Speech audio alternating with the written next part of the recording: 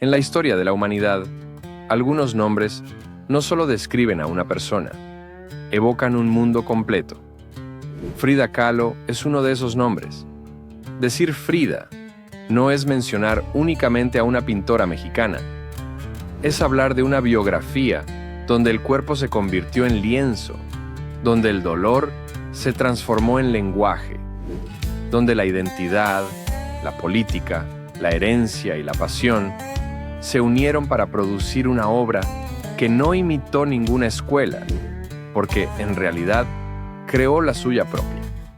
Pero antes de que los colores ardientes, los autorretratos desafiantes y la figura icónica emergieran ante el mundo, hubo una niña que nació en un país en plena metamorfosis, un país que buscaba definirse a sí mismo después de un siglo de guerras, revoluciones y conflictos internos: México.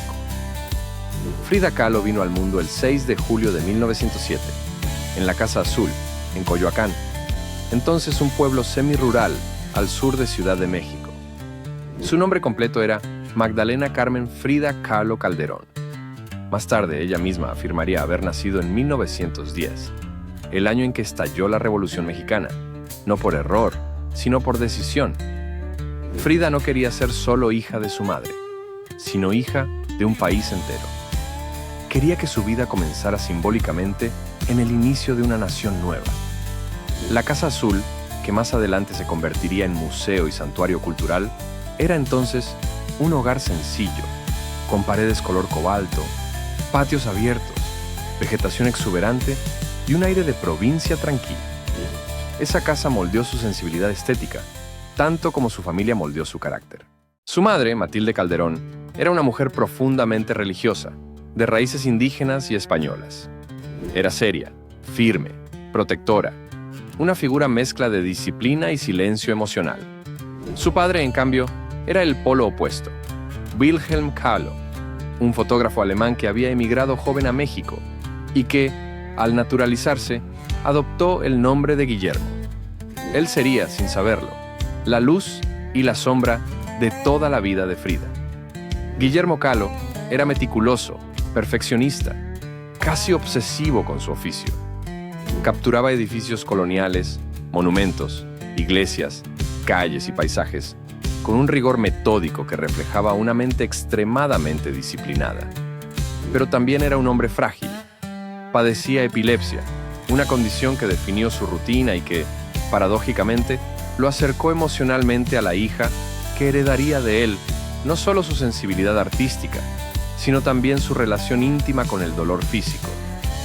Frida crecería para recordar a su padre como un hombre silencioso pero afectuoso, alguien que la introdujo al mundo de la observación, a mirar los detalles, los contrastes, la geometría de las cosas, pero también sus grietas invisibles. Fue Guillermo quien inspiró en ella no solo la precisión del dibujo, sino el hábito de transformar la adversidad en creación. La infancia de Frida no fue fácil. A los 6 años contrajo poliomielitis, una enfermedad que, aunque no la mató, alteró para siempre la forma en que caminaba. Su pierna derecha quedó más delgada, su musculatura se debilitó y su movilidad quedó reducida. Los niños de su barrio la llamaban Frida Pata de Palo, un apodo cruel que ella recordaría con claridad. Pero detrás de cada herida había un germen creativo. La enfermedad no solo la confinó durante meses en cama, sino que la obligó a vivir desde temprano en el territorio del aislamiento. Aprendió, como Einstein en su juventud, que la soledad puede ser un laboratorio fértil, que un cuerpo limitado no limita necesariamente la mente, que aquello que te hiere también puede moldearte. Para fortalecer su musculatura, su padre la incentivó a practicar deportes, una decisión insólita para una niña de la época. Frida nadaba, montaba bicicleta, practicaba boxeo y luchaba por borrar la sensación de fragilidad que la sociedad le imponía. Era testaruda, valiente, explosiva, rebelde. La niña herida ya empezaba a convertirse en la artista que jamás aceptaría vivir de acuerdo con lo establecido. Su relación con Guillermo se profundizó en esos años. Él la llevaba a sus sesiones fotográficas. Le enseñaba a preparar químicos, a manipular negativos, a mirar la luz. Frida aprendió que cada imagen es una construcción, un recorte del mundo que revela tanto como oculta. Ese principio sería fundamental en su pintura adulta, pero mientras la familia Kahlo encontraba su frágil equilibrio, México vivía convulsiones políticas profundas. La Revolución Mexicana había estallado. Y aunque Coyoacán no era campo de batalla, la violencia, la incertidumbre y el sentimiento de cambio estaban en el aire. Frida creció en un país que aprendía a reconstruirse. Quizá por eso su obra, décadas después, estaría marcada por el nacionalismo, el mestizaje y la afirmación identitaria. La niña que observaba desde el patio de la Casa Azul, rodeada de bugambilias, perros xoloitzcuintles y altares religiosos, estaba absorbiendo un universo simbólico que luego plasmaría en sus autorretratos. La mezcla de culturas, la tierra, el dolor, los colores, la devoción, los animales, el cuerpo femenino como territorio político y espiritual. Había en Frida, desde muy pequeña, una percepción del mundo que escapaba al ordinario. Era introspectiva, inteligente, inquieta, a veces insolente.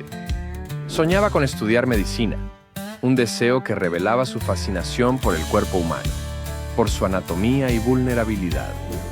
Sin embargo, pronto la vida le demostraría que su propio cuerpo sería su maestro más implacable. Nada en su infancia señalaba aún que se convertiría en la pintora más famosa de México, ni en un icono global de la cultura moderna. Pero las semillas estaban plantadas. Una sensibilidad extrema, una salud frágil, una mente aguda, un país convulso y una historia familiar cargada de contradicciones. Frida Kahlo nació rodeada de luz y sombra. Aprendió desde niña que el dolor no destruye, transforma. Y muy pronto, esa lección dejaría de ser una metáfora para convertirse en destino. Hay días que no deberían ser recordados, días que nadie elegiría vivir. Pero son esos días los que rompen, los que a veces revelan destinos que, sin el dolor, jamás habrían existido. Para Frida Kahlo, ese día llegó el 17 de septiembre de 1925. Tenía 18 años, una edad en la que el mundo parece todavía maleable, lleno de rutas posibles. Estudiaba en la prestigiosa Escuela Nacional Preparatoria de Ciudad de México, un semillero de intelectuales, científicos, políticos y artistas del México postrevolucionario. Era una de las pocas mujeres aceptadas en una institución dominada por hombres, lo cual ya revelaba su carácter irreverente y su inteligencia inusual. En la preparatoria, Frida no pasaba desapercibida. Era aguda, sarcástica, de humor filoso, inquieta, atrevida. Formaba parte de un grupo de jóvenes conocido como Los Cachuchas, un colectivo de estudiantes que se burlaba del sistema, de la solemnidad académica y de todo lo que pareciera pretencioso.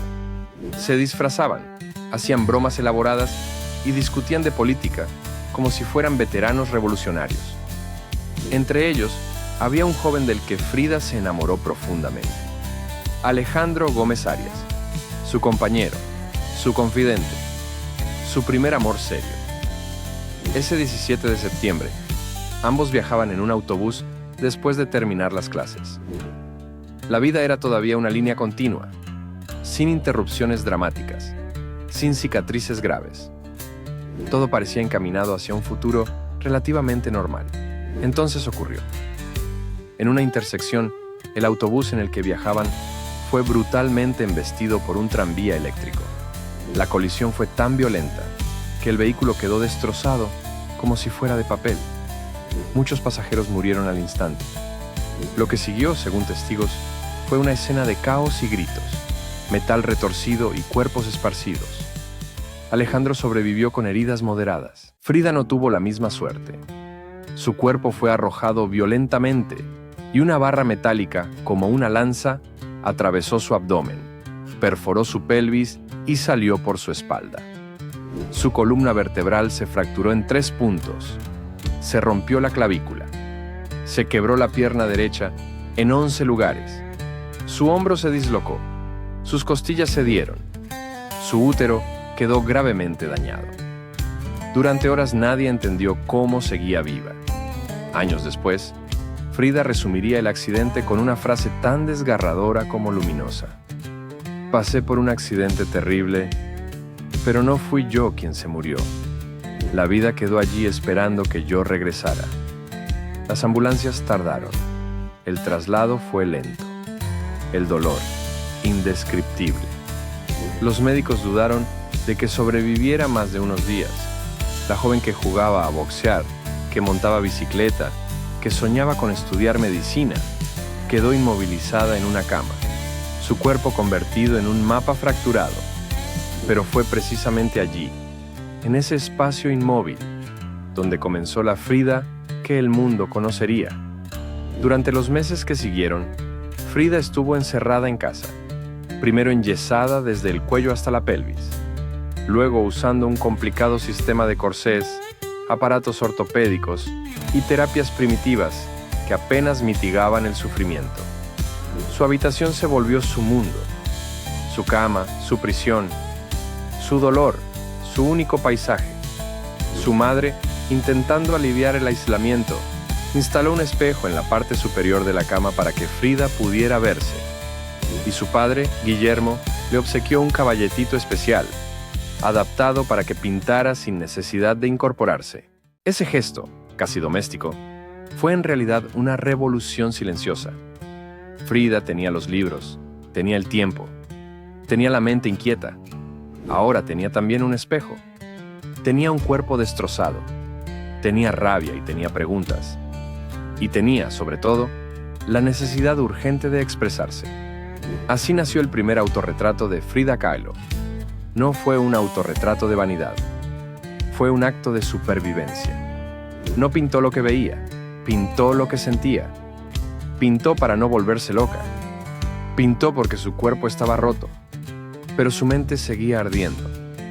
Más tarde Frida escribiría: pinto autorretratos, porque estoy muchas veces sola, porque soy la persona que mejor conozco. El accidente había destruido su cuerpo, sí, pero también abrió en ella una grieta por donde irrumpió una de las voces artísticas más originales del siglo XX. Durante los meses de recuperación, Frida entró en un ciclo incesante de dolor, operaciones y recaídas. Su pierna, su columna y su pelvis nunca volverían a ser las mismas. Su capacidad para tener hijos quedó en duda desde el primer día. Sin embargo, detrás de ese sufrimiento, algo ocurría. Frida estaba mutando. Ya no era la estudiante que quería ser científica. Ya no era la joven que se veía como doctora. Ahora era una artista que observaba su cuerpo como si fuera un territorio sagrado y ajeno a la vez. Pintaba con una precisión casi obsesiva, voluntariamente cruda, visceral, íntima. Pintaba no desde la técnica, sino desde la herida. Pintaba porque no tenía otra herramienta para sobrevivir. Y mientras pintaba, México cambiaba. La sociedad posrevolucionaria buscaba definir su identidad cultural. Surgía un movimiento artístico inmenso, el muralismo, y con él, uno de los nombres que cambiarían la vida de Frida para siempre. Un hombre al que ella admiraba desde antes de conocerlo. Un artista gigantesco en todos los sentidos. Un volcán político, cultural y humano. Ese hombre era Diego Rivera. Y pronto, sus caminos se cruzarían de un modo que marcaría para siempre la historia del arte y la vida de ambos. Años después, Frida reflexionaría que el accidente no solo quebró su columna, sino su destino. Ese espejo que su madre colocó sobre su cama fue el verdadero punto de inflexión. Era un espejo cruel. Le mostraba su dolor, le mostraba su soledad. Le mostraba día tras día que ya no sería la misma. Pero también le mostró que su rostro tenía un poder único para narrarse. Algo que ninguna otra persona podría contar. Algo que ninguna escuela de arte podría enseñarle. La pintora nació del dolor, sí, pero también nació de una revelación. Que la vida, por más violenta que sea, no puede arrebatarte tu voz. Y Frida empezaba a encontrar la suya. Para entender la vida de Frida Kahlo, no basta con mirar su obra. Hay que mirar también a la persona que orbitó a su alrededor durante 25 años. Diego Rivera, uno de los artistas más influyentes y más contradictorios del México moderno. Diego era ya una leyenda cuando Frida decidió acercarse a él. Ella tenía poco más de 20 años. Él tenía más de 40. Un nombre consolidado en Europa, una estatura imponente, una presencia magnética y una reputación tan gigantesca como su cuerpo. Era considerado el muralista más importante de México, un hombre capaz de transformar muros enteros en narrativas épicas sobre la historia, la revolución, la lucha obrera y el mestizaje mexicano. Frida, que apenas comenzaba a caminar sin dolor, que todavía se ajustaba a sus corsés ortopédicos, tomó una decisión audaz: mostrarle su trabajo. La escena se ha contado muchas veces, pero lo importante no es el mito, sino lo que revela del carácter de ambos. Frida, sin miedo y sin pedir permiso, entró al edificio donde Diego estaba pintando un mural en la Secretaría de Educación Pública. Lo llamó desde abajo. «Diego, baja. Quiero que veas mis pinturas». Rivera, sorprendido, detuvo su trabajo, limpió sus pinceles y bajó por los andamios. Frente a él, una joven pequeña, de cejas intensas, mirada desafiante y presencia eléctrica, le mostró varios de sus cuadros, especialmente autorretratos. Diego no era un hombre fácil de impresionar. Había visto las vanguardias europeas, había conocido a Picasso, Modigliani, Siqueiros, Orozco. Había pintado con frenesí desde los 10 años. Sabía reconocer talento genuino y lo vio en ella. Diego diría después: sus pinturas mostraban una energía fantástica, una precisión increíble, una expresión personal completamente única. Una artista de verdad. Ese día, Rivera no solo reconoció el talento de Frida, reconoció también una naturaleza rebelde, un espíritu sin sometimiento, una mujer que no tenía miedo de confrontarlo. Y esa combinación lo desarmó. Lo que comenzó como una conversación artística, pronto se convirtió en una relación compleja, apasionada, desgarradora, fecunda y profundamente humana. Frida y Diego se enamoraron de un modo que parecía inevitable, no porque fueran compatibles, no lo eran, sino porque ambos compartían una intensidad emocional y creativa que hacía que cada encuentro fuese una colisión de fuerzas. Frida era fuego pequeño, concentrado, preciso. Diego era fuego expansivo, desbordante, gigantesco. Ella pintaba su mundo interior. Él pintaba el mundo exterior. Ella plasmaba dolor. Él plasmaba masas, revoluciones, mitos colectivos. Y sin embargo, ambos se reconocieron en el otro como dos universos que, al encontrarse, no podían evitar transformarse. En 1929, cuando Frida tenía 22 años y Diego 42, decidieron casarse. La boda de Frida Kahlo y Diego Rivera no fue un evento elegante ni discreto. Fue un acontecimiento que muchos consideraron absurdo. Ella, delgada, frágil, con sus corsés escondidos bajo la ropa. Él, enorme, obeso, torpe, infiel por naturaleza, carismático sin quererlo. La propia madre de Frida, escandalizada, describió la unión con una frase que se haría célebre: es un matrimonio entre un elefante y una paloma.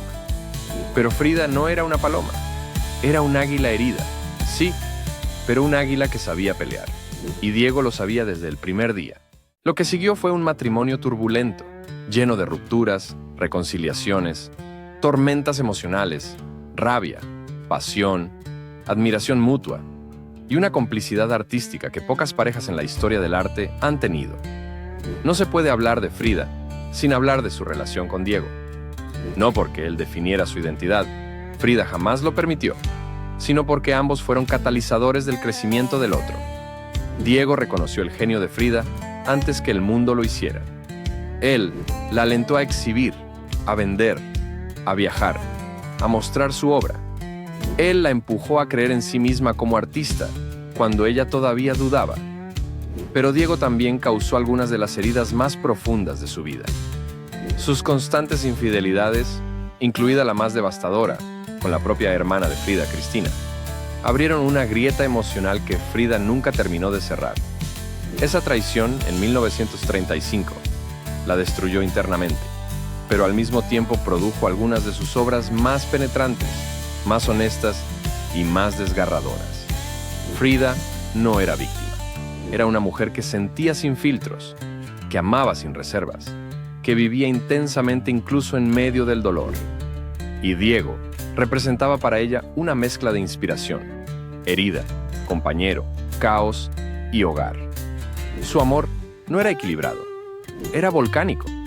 El matrimonio con Diego también la acercó a un mundo político-intelectual que redefinió su carrera.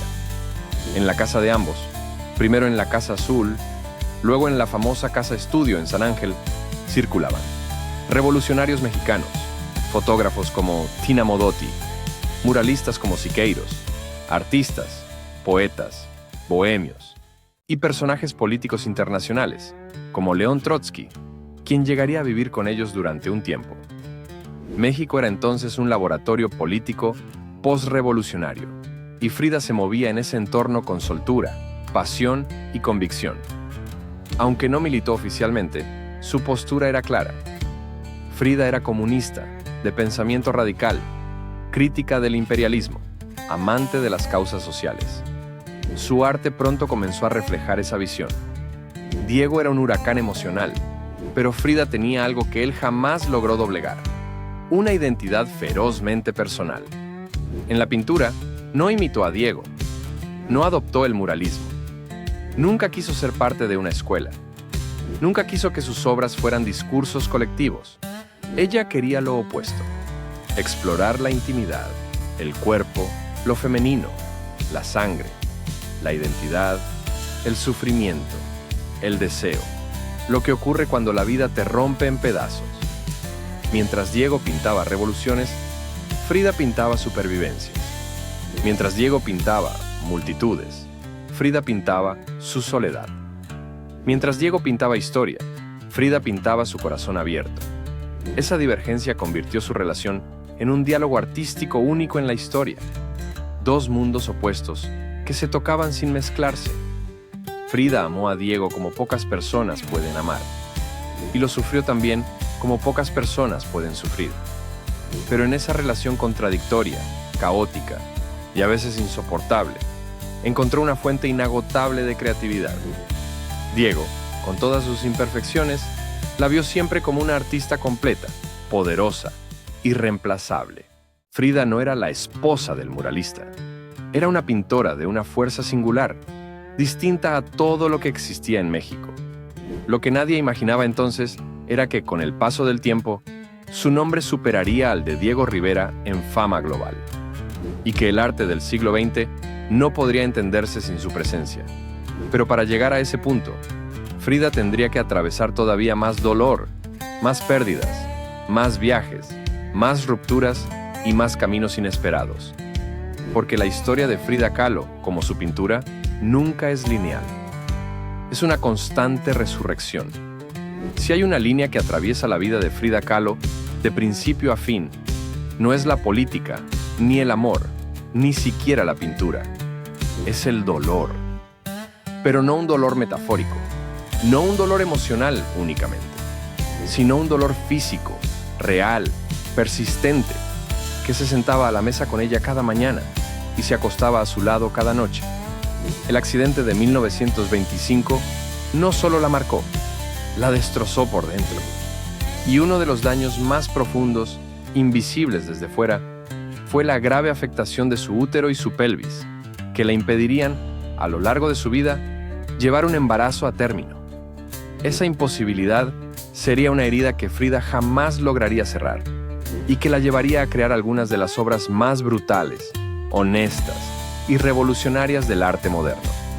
A pesar de su imagen icónica, políticamente desafiante, sexualmente libre y emocionalmente compleja, Frida tenía un anhelo profundamente humano.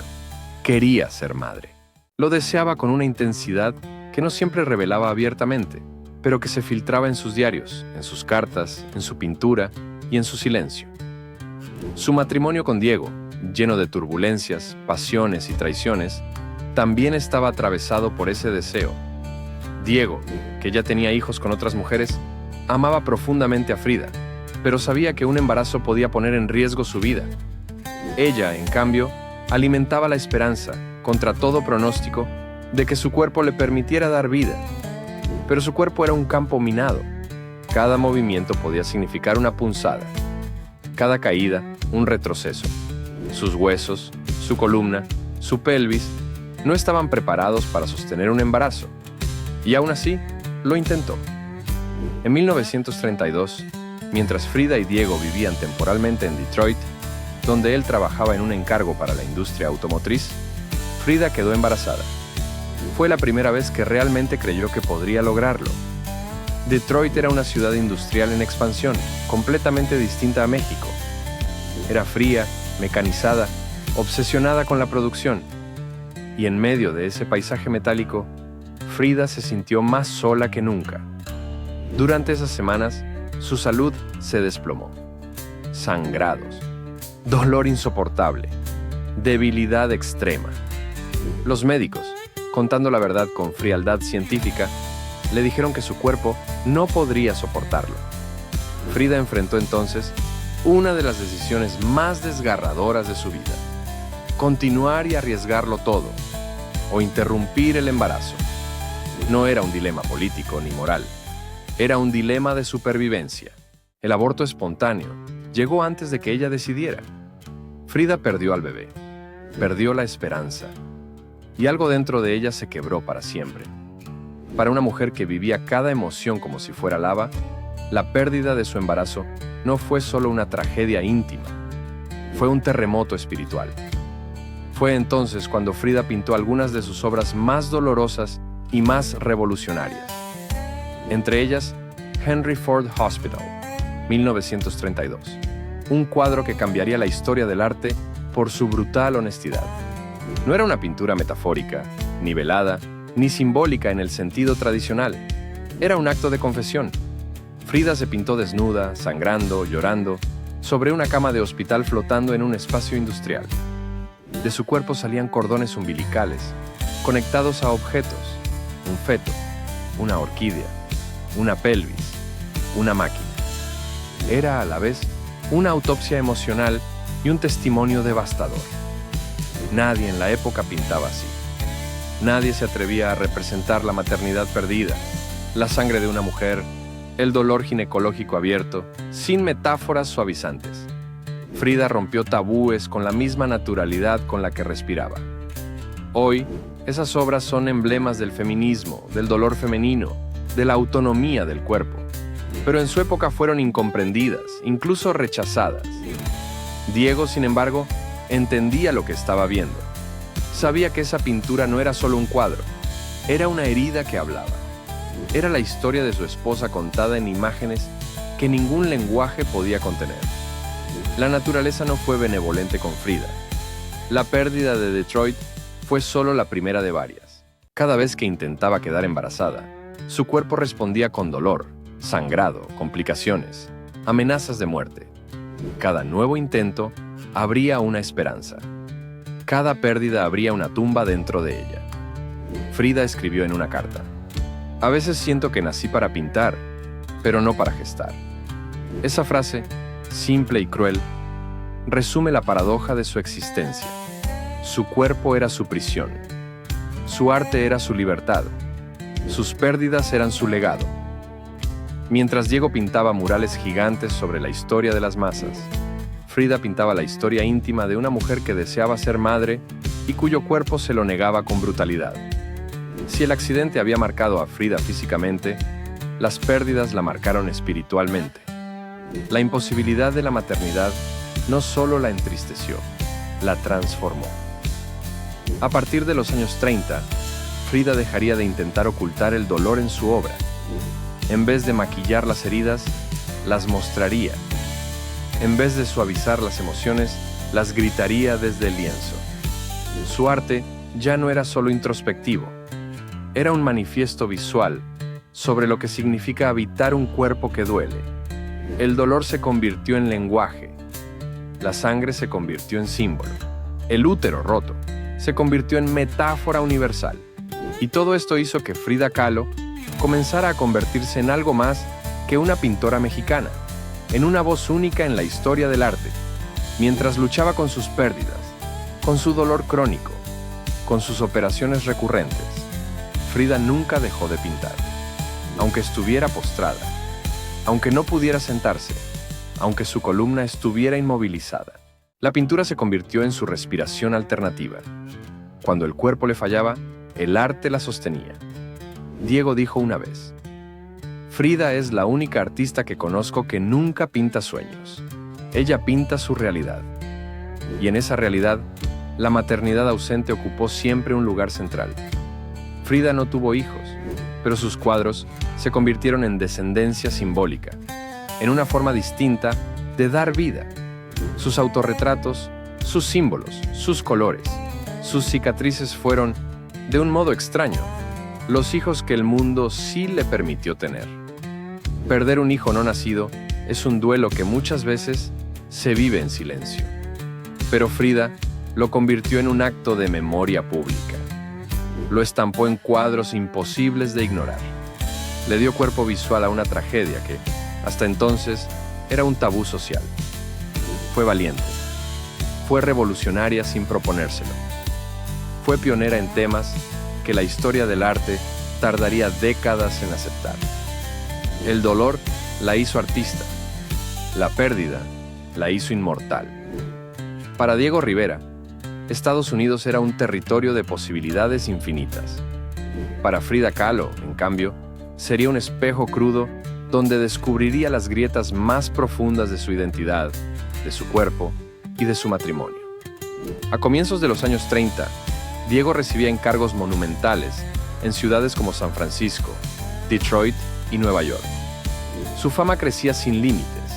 Sus murales, cargados de crítica social, eran celebrados como obras maestras del arte moderno.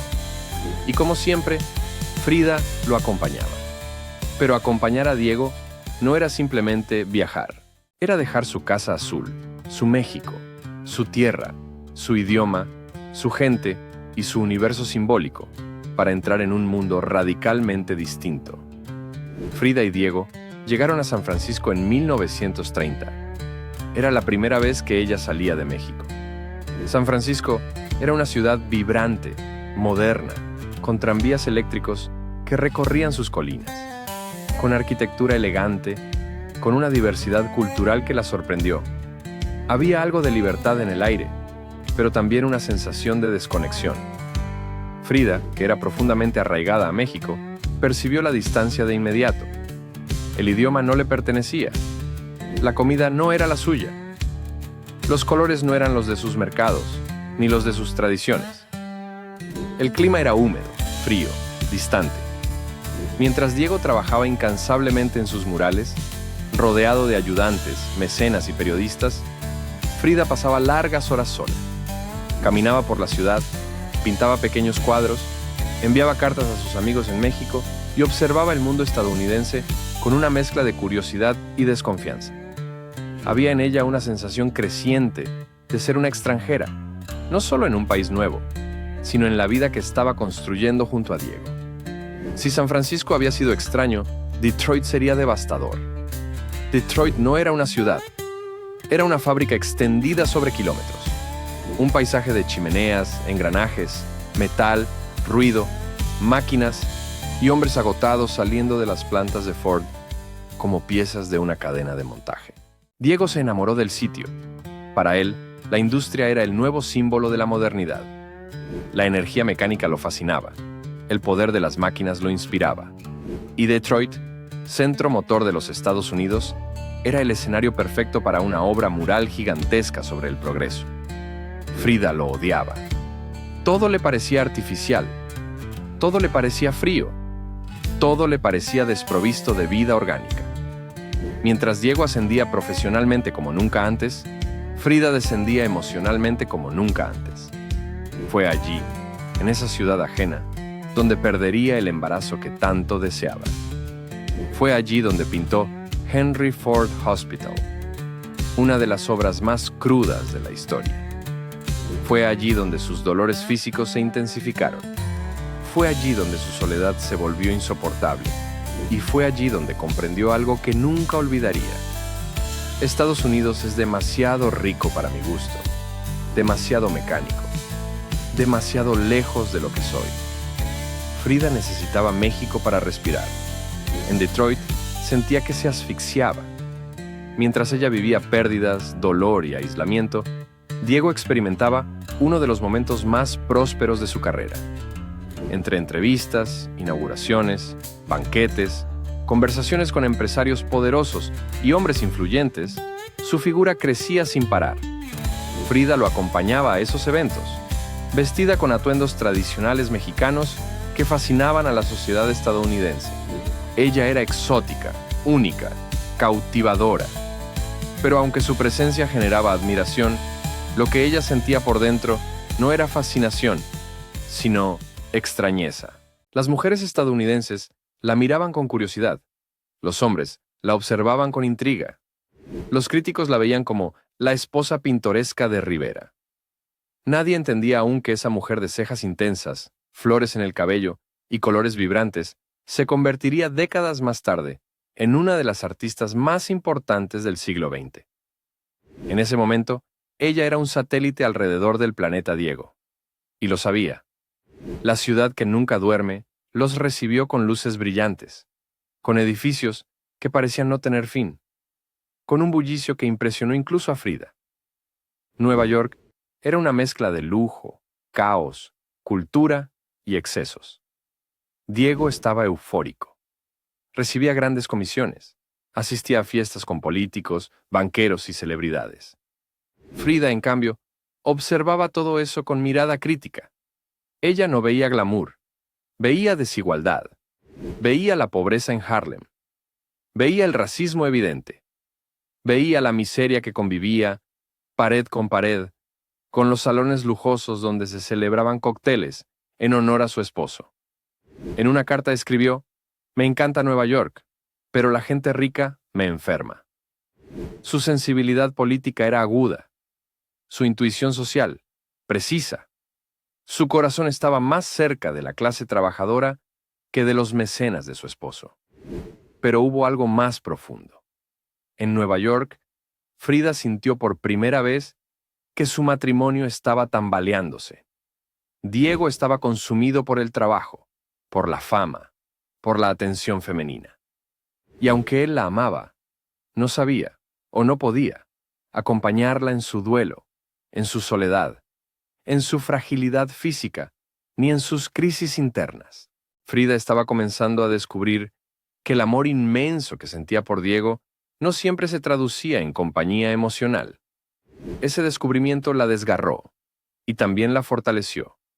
Los Estados Unidos le dieron a Diego prestigio, reconocimiento, estabilidad económica y proyección internacional. A Frida le dieron el dolor de Detroit, la soledad de San Francisco, el desengaño de Nueva York, la comprensión brutal de los límites de su cuerpo, la certeza de que no sería madre, y la sensación de que debía buscar su propia voz artística, lejos de la sombra gigantesca de su esposo. Porque en Estados Unidos, Frida se dio cuenta de algo esencial. No puedo vivir siendo solo la esposa de Rivera. Tengo que ser Frida. Ese pensamiento sería el germen de su transformación artística, el inicio del camino hacia una identidad propia, la semilla que la llevaría a convertirse en un símbolo mundial. Pero ese despertar no llegaría sin tormentas. Si Estados Unidos marcó la herida, México marcaría la revolución interior. Y cuando regresó a su país, Frida ya no era la misma mujer que había partido. Era más fuerte, más consciente, más artista, pero también más rota por dentro. Y ese contraste, esa paradoja, sería el motor de toda su obra posterior. Cuando Frida y Diego regresaron finalmente a México en 1933, después de casi 3 años en Estados Unidos, la sensación inicial fue de alivio. Frida volvía a su tierra, a sus colores, a sus sabores, a sus calles, a su idioma, a su identidad. Regresaba a un lugar donde podía respirar. Pero lo que no sabía, lo que no podía prever, era que ese regreso traería consigo una de las heridas emocionales más devastadoras de su vida. Una traición tan profunda que reconfiguraría por completo su identidad, su arte y su relación con Diego. Diego regresó como un artista consagrado y polémico. Sus murales en Estados Unidos habían sido aclamados y criticados a partes iguales. Su fama era enorme, su presencia innegable. Frida, por su parte, regresó más madura, más dura, más consciente de sí misma. Había sufrido pérdidas físicas, emocionales y espirituales. Sabía ahora que su cuerpo jamás sería el que había soñado. Sabía que su maternidad estaba rota. Sabía también que no podía seguir siendo solo la acompañante de un genio. Ella debía convertirse en una fuerza artística, por derecho propio. Sin embargo, el matrimonio arrastraba tensiones acumuladas. Ambos se amaban profundamente, pero el peso de los años, la vida en el extranjero, las crisis personales y la naturaleza tormentosa de ambos empezaban a pasar factura. Y entonces ocurrió lo impensable. En 1935, Frida descubrió que Diego mantenía una relación íntima con Cristina Kahlo, su propia hermana menor. Una de las personas a las que más quería. Una de las pocas en las que realmente confiaba. El impacto fue devastador. No porque Frida desconociera las infidelidades de Diego, sabía que él era un hombre incapaz de serle completamente fiel, sino porque esta vez la traición venía doble, no solo del hombre que amaba, también de la sangre que compartía. Para Frida, aquello fue una puñalada existencial. La herida no estaba solo en el corazón, estaba en el orgullo, en la confianza, en la identidad familiar, en la lealtad. La traición de Diego había sido frecuente. La de Cristina era insoportable. Durante meses, Frida dejó de hablar con ambos. Se encerró en sí misma. Abandonó temporalmente la Casa Azul y tomó la decisión que cambiaría su vida emocional y artística. Se fue. Se marchó a vivir sola por primera vez, buscando un espacio donde pudiera procesar su dolor sin las sombras de Diego y Cristina. Durante ese periodo de separación, Frida atravesó una transformación profunda. Se cortó el cabello. Comenzó a vestir menos con trajes tradicionales y más con ropa andrógina. Experimentó con su propio cuerpo como símbolo político y emocional. Empezó a explorar su identidad fuera del matrimonio. Y sobre todo, empezó a pintar con un nuevo lenguaje. Uno más feroz, más íntimo, más confesional. Fue en esa época que surgieron obras que reflejaban directamente la traición, la pérdida y el dolor del amor. Las flores se volvieron cuchillas. Los corazones colgaban fuera del cuerpo. Los lazos familiares se rompían visualmente en sus pinturas. El dolor ya no era algo que Frida retrataba desde la distancia. Ahora lo diseccionaba con precisión quirúrgica. Se convirtió en la pintora de sus propios tormentos. Y el mundo, aunque todavía no lo sabía, estaba a punto de encontrarse con una artista de una potencia emocional sin precedentes. La separación también abrió un espacio interno en Frida, que llevaba tiempo queriendo explorar: su identidad sexual. Aunque siempre había tenido relaciones afectivas y físicas con hombres, incluidos Alejandro Gómez Arias y Diego Rivera, Frida también había mantenido relaciones con mujeres, con una naturalidad que para su época era casi revolucionaria. En esos meses de duelo, Frida se permitió vivir esa libertad con mayor intensidad. No como una rebeldía, no como una provocación, sino como una afirmación de sí misma.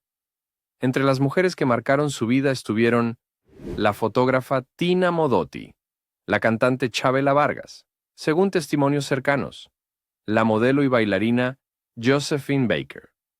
Frida vivía su deseo sin vergüenza ni culpa, entendiendo el amor como un territorio sin fronteras fijas. Esa libertad personal no eliminó su dolor por Diego, pero sí la fortaleció.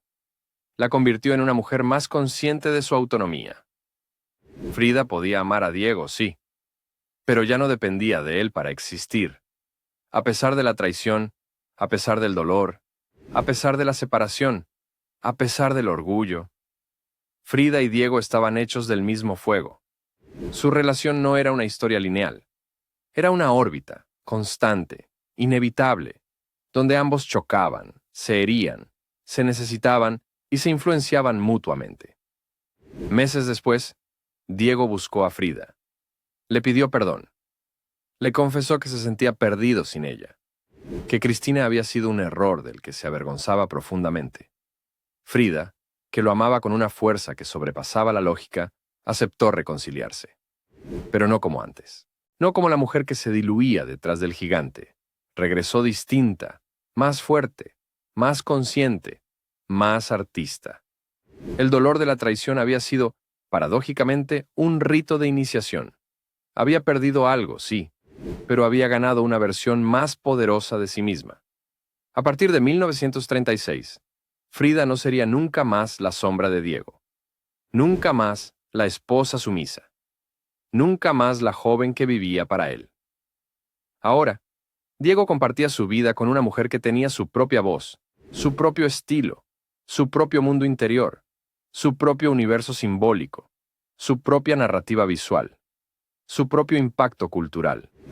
Una mujer que, aunque rota, había aprendido a reconstruirse, que aunque traicionada, había aprendido a perdonar sin olvidar, a amar sin desaparecer, a crear desde la herida, y no a pesar de ella. En ese renacer, Frida descubrió que su arte no necesitaba la validación de Diego, ni de críticos, ni de instituciones. Su arte era su respiración, era su testimonio, era su cadáver rearmándose, era su corazón latiendo fuera del pecho, era su verdad. Y esa verdad empezaba a ser demasiado intensa para ser ignorada. La década de 1930 en México fue un hervidero político. El país estaba redefiniéndose tras la revolución, consolidando instituciones, recibiendo exiliados, reescribiendo su identidad cultural. Y la casa de Frida y Diego estaba en el centro de esa efervescencia. Era un refugio, una trinchera, un laboratorio intelectual y un escenario de encuentros históricos. Por allí pasaban artistas, escritores, activistas, fotógrafos, bohemios y revolucionarios de medio mundo. En ese contexto, un huésped llegó para cambiar no solo la historia de México, sino también un capítulo íntimo de la vida de Frida Kahlo, León Trotsky. León Trotsky, cofundador de la Revolución Rusa, enemigo político de Stalin y uno de los pensadores marxistas más influyentes del siglo XX, llegó a México en 1937. Había escapado de persecuciones, atentados, exilios y purgas sangrientas. Stalin lo buscaba para matarlo. Y pocos países estaban dispuestos a darle asilo. Pero México sí. El presidente Lázaro Cárdenas, en un gesto político monumental, aceptó recibirlo. Y fue Diego Rivera, comunista declarado, quien intercedió para que Trotsky y su esposa, Natalia Sedova, se alojaran en un lugar seguro. Ese lugar sería la Casa Azul, la casa de Frida Kahlo. El arribo del líder revolucionario transformó la rutina de la casa. Guardias, visitantes, simpatizantes, intelectuales, todos querían escuchar a Trotsky. La Casa Azul se volvió un centro político clandestino, un territorio donde se discutía el futuro del socialismo mundial mientras se tomaba café y pan dulce en la cocina. Trotsky era un hombre brillante, culto, tímido, profundamente marcado por la persecución política. Era también un hombre vulnerable, con una necesidad emocional que pocas veces se menciona en los libros de historia. Y Frida lo notó. Para Frida, Trotsky representaba algo más que un líder revolucionario. Era un hombre herido, casi destruido por el exilio, pero con una mente aguda que iluminaba todo a su alrededor. Una figura que encarnaba la lucha entre el idealismo y la violencia del poder. Y como tantas veces, Frida se sintió atraída hacia ese tipo de almas fracturadas. Aunque no se sabe con absoluta certeza cuánto tiempo duró ni cuál fue su profundidad emocional, lo que sí está claro es que Frida y Trotsky mantuvieron un romance. No un romance grandioso, ni público, ni escandaloso en el sentido tradicional. Fue un vínculo íntimo, silencioso, casi inevitable. Trotsky admiraba a Frida. La veía como una mujer indomable, inteligente, diferente a todas las que había conocido. Una mente libre. Frida, por su parte, encontró en él algo que no tenía con Diego. atención, admiración intelectual, confidencia, una mirada que la veía como igual y, sobre todo, un refugio emocional en medio de las heridas de su matrimonio.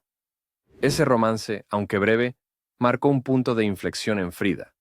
La hizo sentir deseada, la hizo sentir escuchada, la hizo sentir poderosa.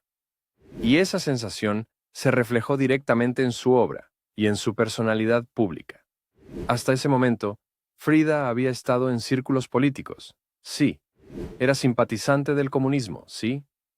Había participado en reuniones y discusiones, sí. Pero su activismo era una extensión del de Diego. Con Trotsky en la casa, todo cambió. Frida comenzó a involucrarse de forma más consciente con las ideas marxistas, debatir posiciones políticas, participar como figura autónoma, desarrollar una postura ideológica propia. Algunos historiadores señalan que esta época marca el inicio de la Frida pública, la que luego sería ícono político y feminista. Su voz, antes íntima, comenzó a proyectarse hacia afuera. También fue el periodo en que su identidad mexicana se volvió aún más intensa.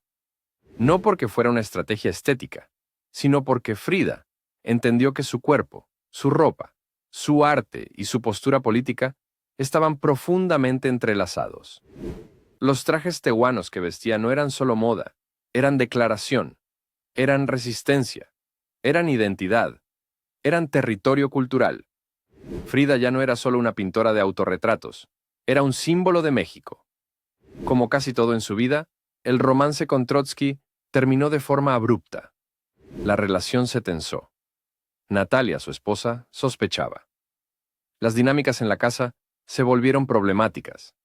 Diego, celoso y políticamente pragmático, perdió la paciencia. Trotsky y su esposa se mudaron a una casa fortificada en Coyoacán, donde continuarían viviendo hasta que, en 1940, un agente estalinista lo asesinara con un golpe de piolet. Aunque el romance había terminado años antes, la muerte de Trotsky afectó a Frida. Representó el fin de una era, el cierre de un capítulo de su vida, el derrumbe de un idealismo que había marcado sus años de juventud política. Sin embargo, algo había nacido en ese periodo: el fridismo. La idea, aún germinal, de Frida como símbolo, político, estético, cultural, identitario, femenino, revolucionario. Frida había dejado de ser solo una mujer que pintaba. Ahora era un personaje de sí misma. Y ese personaje, esa figura, ese espíritu indomable, comenzaba a convertirse en mito. Tras la partida de Trotsky, Frida retomó su pintura con una fuerza renovada. Sus obras empezaron a adquirir mayor simbolismo, mayor complejidad emocional, mayor carga política, mayor reivindicación de su mexicanidad. Los colores se volvieron más intensos, los autorretratos más desafiantes, los símbolos más potentes, las narrativas más introspectivas. Su arte era un espejo de su vida: pasión, pérdida, deseo, traición, identidad, política, dolor, resistencia. Y ese espejo ya empezaba a atraer la atención fuera de México. El romance con Trotsky, lejos de reducirla a una anécdota, la fortaleció. Le mostró que podía ser deseada sin importar sus cicatrices. Le mostró que su inteligencia era capaz de seducir incluso a uno de los cerebros más brillantes del siglo XX. Le mostró que era una mujer autónoma, capaz de construir relaciones, ideas y espacios propios. Le mostró que su valor existía más allá de Diego. Ese descubrimiento cambiaría para siempre el eje de su vida emocional y creativa. A partir de entonces, Frida Kahlo no sería nunca más una artista menor, ni dentro de su matrimonio, ni dentro de México, ni dentro de la historia. Si algo definió la existencia de Frida Kahlo, más que el color, más que la política, más que el amor, fue el dolor. Un dolor que para cualquier otra persona habría significado retraimiento, silencio, renuncia. Pero para ella significó expresión, identidad y creación. A partir de mediados de los años 30, el accidente que la había marcado desde los 18 comenzó a manifestarse con una crueldad creciente. Su columna se deterioraba, Su cadera se debilitaba. Sus piernas sufrían constantes inflamaciones. Los nervios comprimidos le provocaban descargas eléctricas de dolor que la dejaban paralizada. Y aún así, pintaba. Y aún así, vivía. Y aún así, se reinventaba. Frida no vivía con dolor episódico. Vivía con dolor permanente, un enemigo íntimo que no la abandonaba ni para dormir. Las secuelas del accidente eran múltiples. La columna fracturada en 3 puntos, la pierna derecha debilitada, la pelvis lesionada, nervios dañados irreversiblemente, dolores articulares crónicos, infecciones recurrentes, problemas renales, inflamaciones en los pies y tobillos. A ello se sumaban las complicaciones derivadas de operaciones anteriores, los embarazos fallidos y el desgaste emocional acumulado. Frida caminaba con dificultad, a veces con un bastón, a veces con muletas, a veces simplemente no podía caminar. Y cuando la movilidad faltaba, llegaba el tormento psicológico, la sensación de encierro en su propio cuerpo. Pero Frida no era una mujer que se rindiera ante la desgracia. La adversidad, para ella, era combustible. Para mantenerse erguida, los médicos le recetaron una serie de corsés ortopédicos, hechos de yeso, cuero o acero. Eran pesados, eran rígidos, eran incómodos, eran dolorosos. Pero Frida los transformó en parte de sí misma. No los ocultó, no los disimuló, no los vio como símbolos de limitación. Los convirtió en armaduras.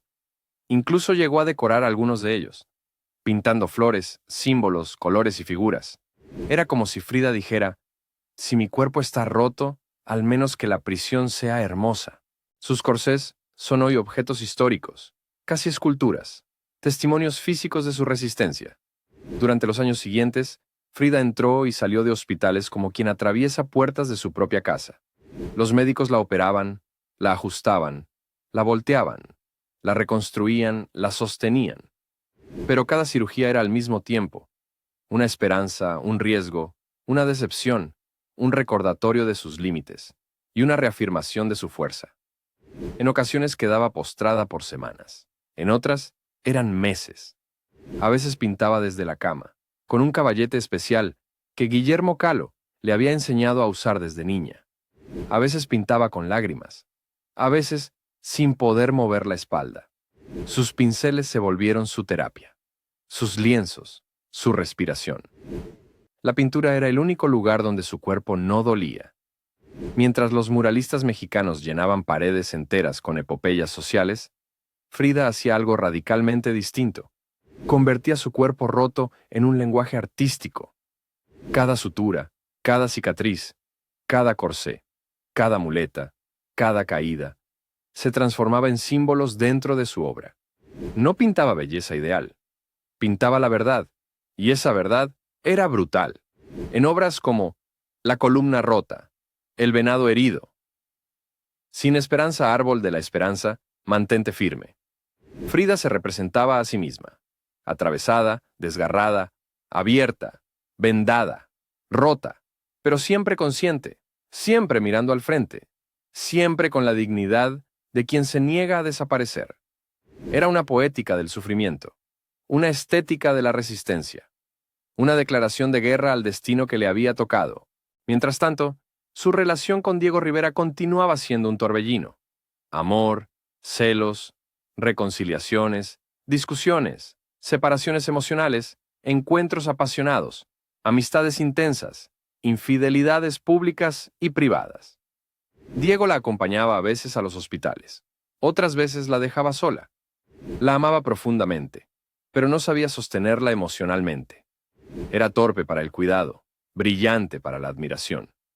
Frida, por su parte, sabía que su matrimonio no sería nunca una carretera tranquila, pero lo aceptaba porque Diego era parte de su identidad, parte de su dolor y parte de su fuerza.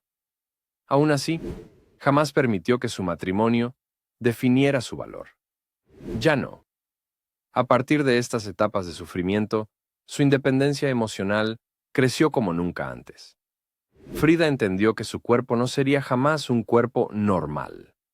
Comprendió que nunca dejaría de doler, que nunca estaría completo, que nunca sanaría del todo. Pero también comprendió algo más profundo. Su cuerpo sería su museo, su biografía visual, su protesta, su manifiesto, su espacio político, su territorio emocional. Y desde ahí, desde ese cuerpo herido, construyó un universo pictórico tan singular que incluso los críticos más respetados del mundo terminarían diciendo años después: nadie pintó como Frida Kahlo, porque nadie vivió como ella, porque nadie transformó la tragedia en estética de forma tan radical, porque nadie convirtió la fractura en identidad artística con semejante valentía. Mientras más se deterioraba su salud, más se consolidaba su voz. El dolor no la apagó, la volvió más intensa, más auténtica, más disruptiva, más iconográfica. Frida estaba construyendo un lenguaje universal sobre el dolor femenino, la fragilidad humana, la resistencia, la identidad cultural, la vida interior, la supervivencia emocional. Era un lenguaje que nacería en la cama de un hospital, pero viajaría a museos del mundo entero. El arte de Frida Kahlo ya no era solo pintura, era una forma de existir. Hay momentos en la vida de un ser humano en los que todo lo que parecía estable se derrumba. No por accidente, no por tragedias ajenas, sino porque la verdad, cruda, inevitable, innegociable, finalmente exige ser escuchada. Para Frida Kahlo, ese momento llegó a finales de la década de 1930, en uno de los escenarios que más tensiones le había provocado: Nueva York. La ciudad que antes había simbolizado soledad, desigualdad y exceso, ahora sería el fondo de una de las crisis más profundas de su vida, y también el origen de una libertad inesperada. En 1933, Diego Rivera había recibido uno de los encargos más ambiciosos de su carrera: pintar un mural en el recién construido Rockefeller Center. Era el proyecto artístico más prestigioso del momento. El corazón del capitalismo estadounidense, abriéndole las puertas a un muralista comunista. Una contradicción tan grande que parecía destinada al conflicto. Y así fue. Cuando Diego incluyó en su mural un retrato de Lenin, los Rockefeller exigieron retirarlo. Rivera se negó. El mural fue destruido. El escándalo fue global. Diego quedó humillado, pero también más famoso que nunca. Para Frida, aquella experiencia fue una radiografía perfecta de lo que sería su relación. Diego seguía creciendo, seguía provocando, seguía conquistando, seguía olvidando que ella estaba allí, sangrando en silencio. Después del episodio del Rockefeller, la relación entre Frida y Diego entró en una espiral de tensiones insostenibles. Las infidelidades continuaban, las discusiones se volvían más intensas, las diferencias irreconciliables se hacían evidentes. Diego amaba profundamente a Frida, pero no sabía cuidarla, no sabía sostener su fragilidad, no sabía acompañar su dolor, no sabía ser el tipo de compañero emocional que ella necesitaba. Frida, por su parte, seguía siendo una mujer que amaba con la intensidad de un relámpago, pero ahora comenzaba a entender algo importante. Amar profundamente a alguien no significa que puedas vivir con él. El amor no siempre basta, y en su matrimonio ya no bastaba. En 1939, Frida y Diego se divorciaron. No fue una ruptura impulsiva, fue una ruptura inevitable.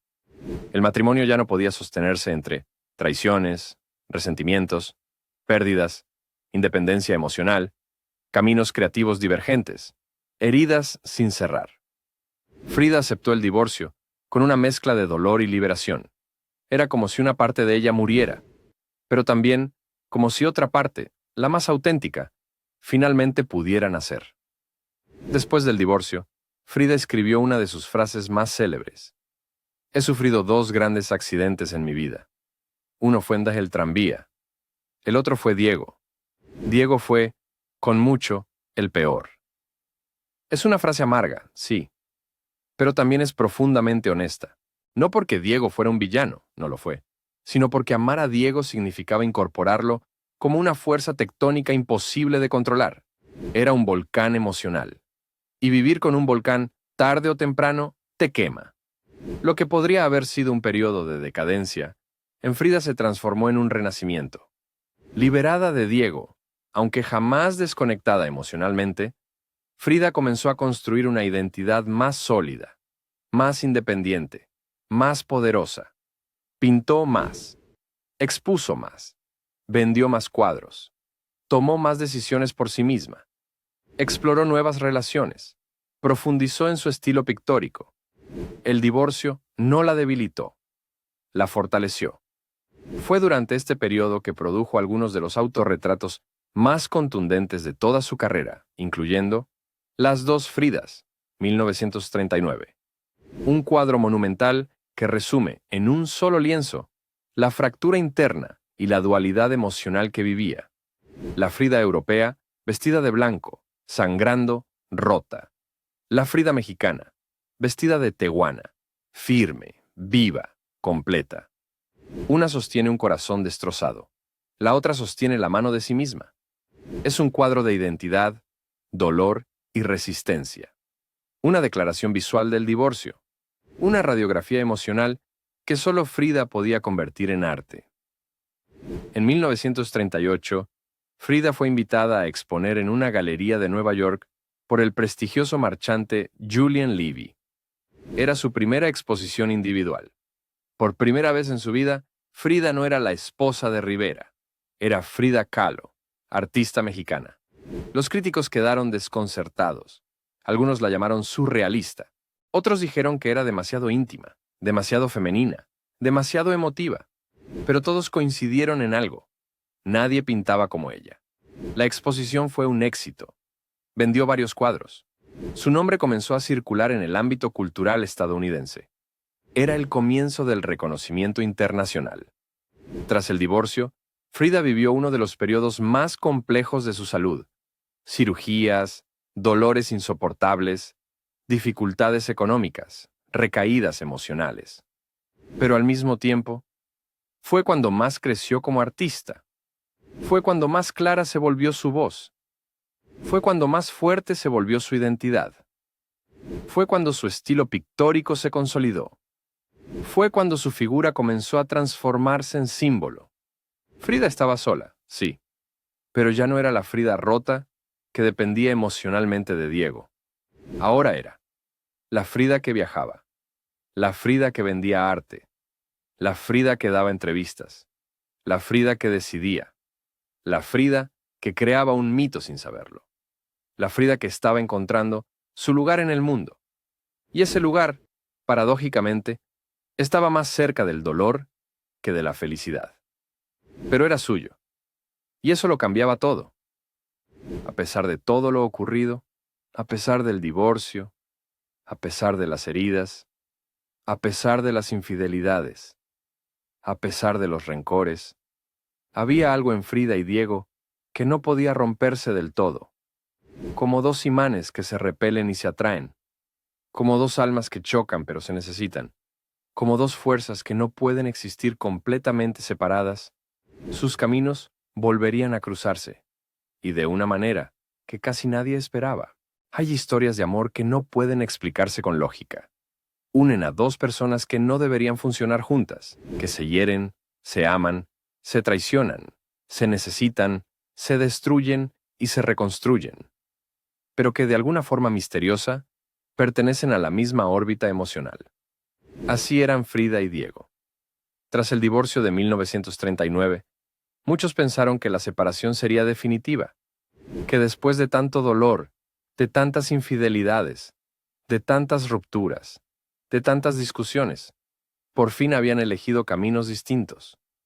Pero la vida, siempre más compleja que cualquier novela, tenía otros planes. A finales de 1940, ambos coincidieron en San Francisco. Frida había viajado para recibir tratamiento médico y para participar en una exposición colectiva.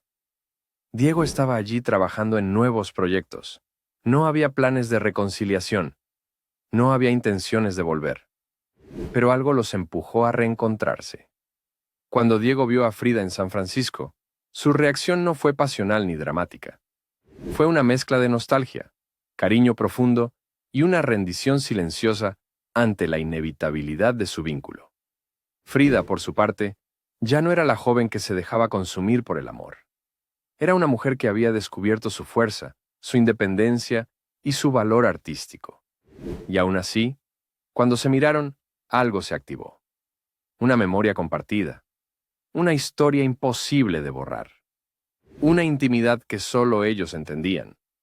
Fue Diego quien dio el primer paso, no con flores, no con una declaración romántica, no con promesas imposibles, sino con una propuesta simple, directa y profundamente humana.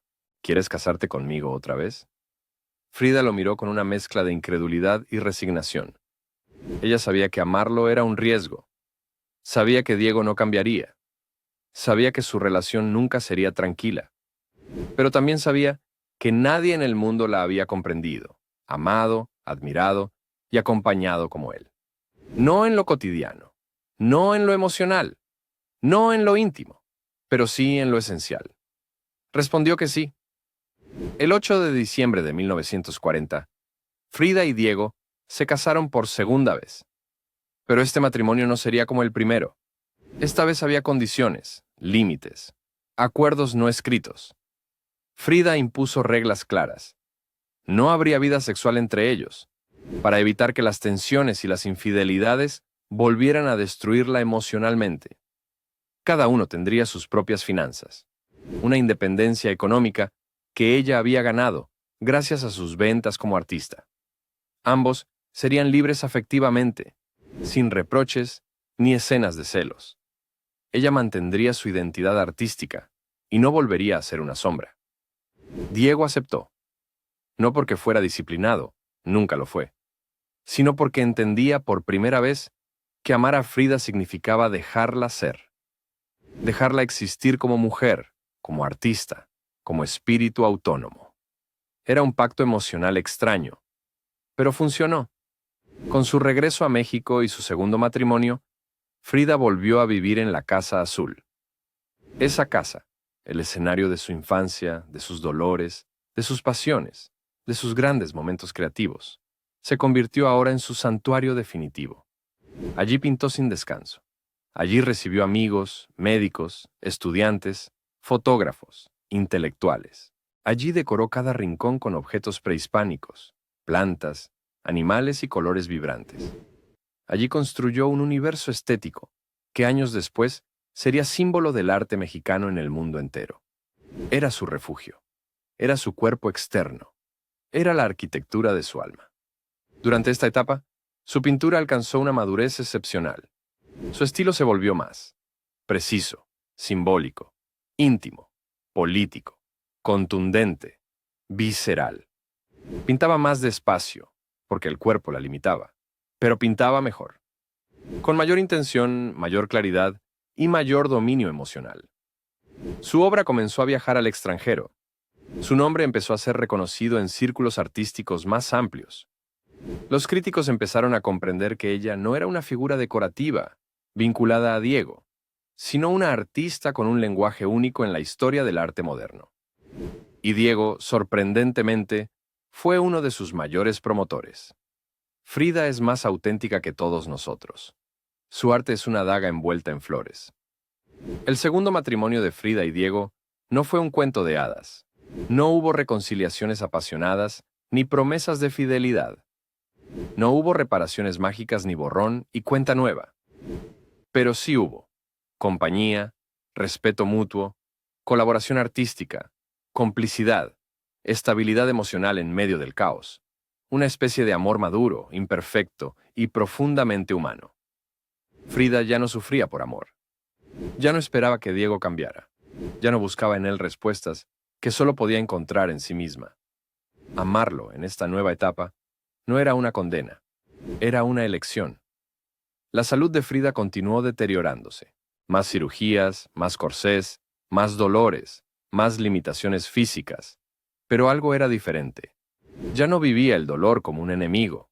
Había aprendido a convivir con él, a transformarlo, a narrarlo, a convertirlo en arte. El segundo matrimonio marcó el inicio de la etapa más icónica de su vida. La Frida de los trajes tehuanos. la Frida de las flores en el cabello, la Frida de la Casa Azul, la Frida activista, la Frida líder cultural, la Frida que enseñaría en la Esmeralda, la Frida admirada por artistas de todo el mundo, la Frida que comenzaba a ascender al mito aún estando viva. Ya no era la joven herida, ya no era la esposa del muralista, ya no era la mujer que dependía emocionalmente del amor que la quemaba. Era Frida Kahlo, pintora, símbolo, mujer indomable, espíritu incendiario. Y el mundo, aunque aún no lo sabía, estaba a punto de convertirla en una de las figuras más importantes del arte universal. Mientras gran parte del mundo intentaba modernizarse rompiendo con sus raíces, Frida Kahlo hizo exactamente lo contrario. Se convirtió en un grito visual de mexicanidad. No por nostalgia, no por romanticismo, no por moda, aunque con los años se volvería un ícono global del estilo mexicano.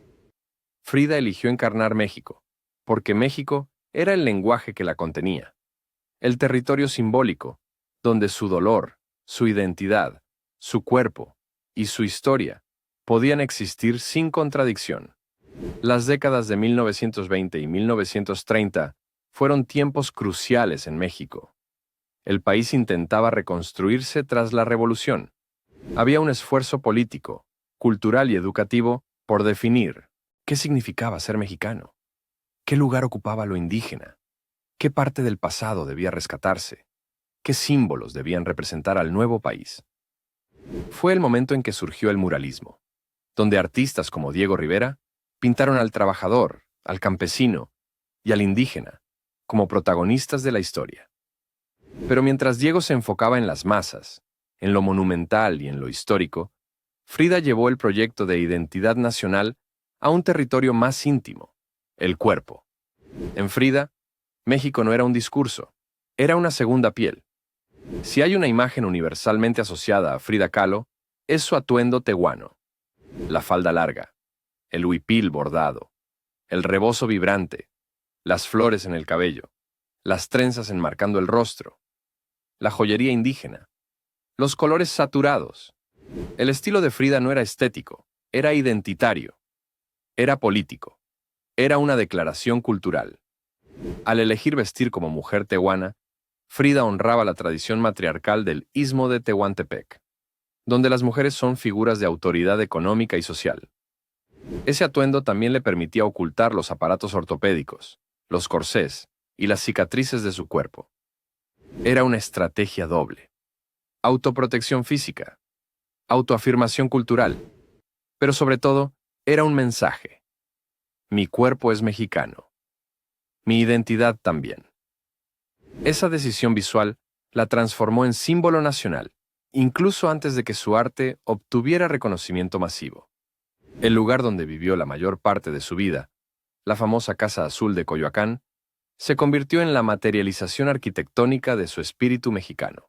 Allí convivían ídolos prehispánicos, juguetes artesanales, exvotos religiosos, plantas endémicas, animales mexicanos, objetos de cultura popular, muebles tradicionales, cerámicas, colores intensos que evocaban la tierra, la sangre y el maíz.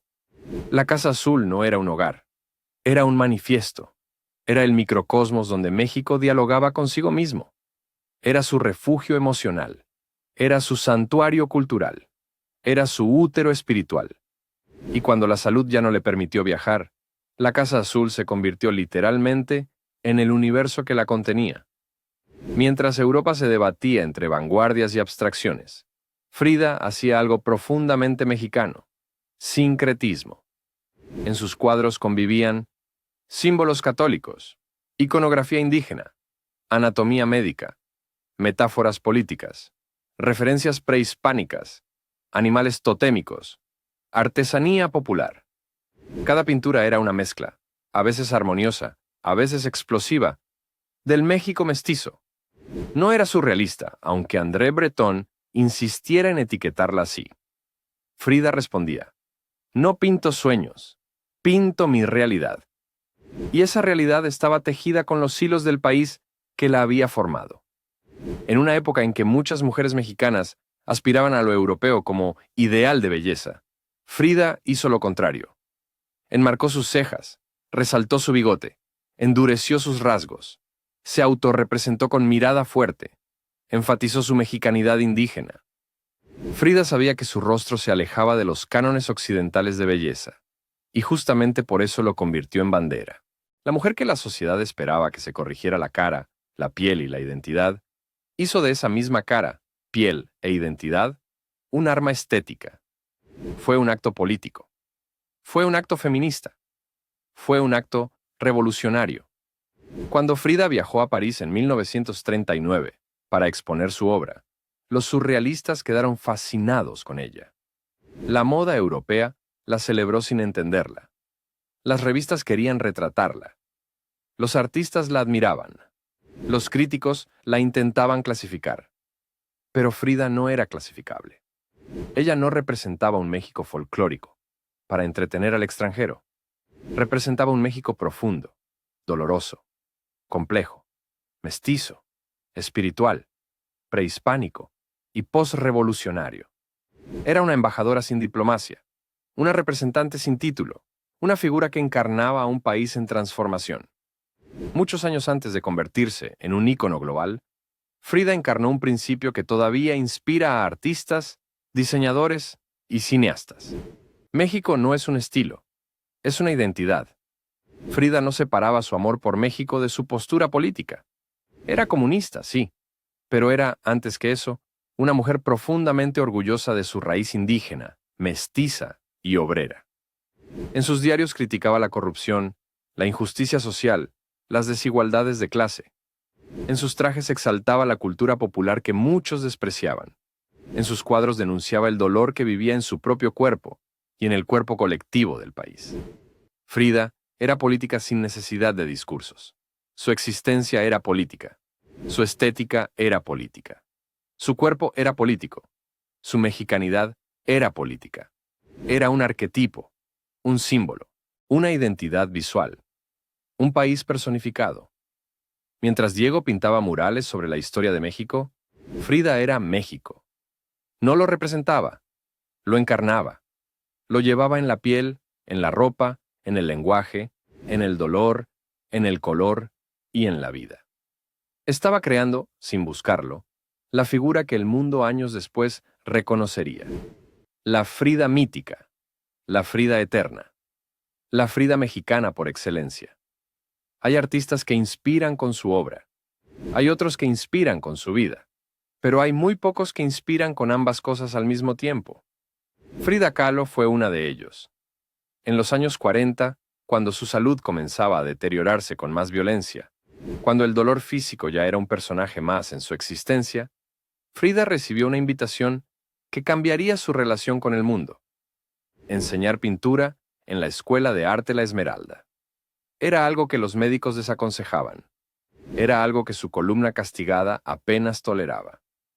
Era algo que su cuerpo frágil transformaba en riesgo. Pero Frida nunca fue una mujer que viviera desde la comodidad. Ella vivía desde la entrega, desde el fuego, desde la vocación inevitable. Su llegada a la Esmeralda no fue la de una académica tradicional. Frida no impartía teoría, no hablaba de técnicas europeas, no repetía fórmulas sobre composición o perspectiva. Frida enseñaba otra cosa: cómo mirar, cómo sentir, cómo convertir el dolor en creatividad, cómo pintar con verdad. Sus clases estaban atravesadas por su filosofía artística. El arte debe nacer de la experiencia personal. La identidad es una herramienta estética. La honestidad emocional es más valiosa que la perfección técnica. La cultura mexicana es un lenguaje visual. El cuerpo es un territorio político y simbólico. No enseñaba a hacer cuadros, enseñaba a ser artistas. De inmediato, un grupo de estudiantes quedó profundamente marcado por su forma única de enseñar. Eran jóvenes comprometidos, sensibles, talentosos, con una pasión desbordada por México y por el arte. Con el tiempo, se los conocería como los Fridos. No eran simples alumnos. Eran una extensión emocional de Frida, una especie de familia artística, un círculo íntimo que absorbía su mirada del mundo, su sentido estético, su amor por lo popular, su radicalidad identitaria. Entre ellos estaba Fanny Rabel, Arturo García Bustos, Guillermo Monroy, Arturo Estrada, jóvenes que más tarde serían figuras importantes dentro del arte mexicano. Los Fridos no solo aprendieron a pintar con ella, aprendieron a vivir con valentía, aprendieron que un artista verdadero no teme mostrar su herida. La salud de Frida empeoró rápidamente. Cada clase en la Esmeralda era una batalla contra la gravedad. El dolor la obligaba a sentarse cada pocos minutos. Había días en que ni siquiera podía salir de casa. Ante esto, los Fridos tomaron una decisión que marcaría para siempre la historia del arte mexicano: continuar las clases en la Casa Azul. Y así, la Casa de Coyoacán, ya convertida en santuario estético, se transformó también en una escuela. Frida los recibía, a veces desde la cama, a veces desde una silla de ruedas, a veces con corsés que apenas le permitían respirar, pero siempre con una sonrisa irónica, siempre con humor negro, siempre con una chispa de rebeldía en los ojos. Frida podía estar físicamente debilitada, pero como maestra estaba más viva que nunca.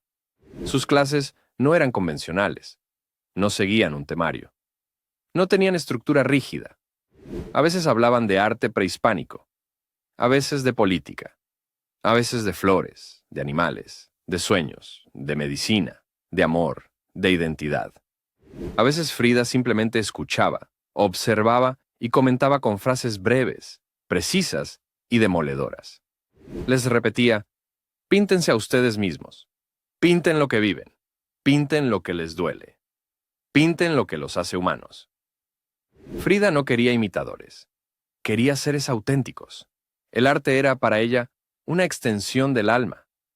Y para tener alma, decía, había que conocerse.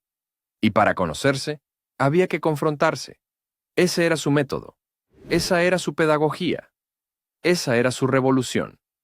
Mientras pintaba con sus alumnos, Frida mostraba su cuerpo sin pudor. Las cicatrices, los aparatos, las vendas, las limitaciones, la cojera, la debilidad, la respiración forzada.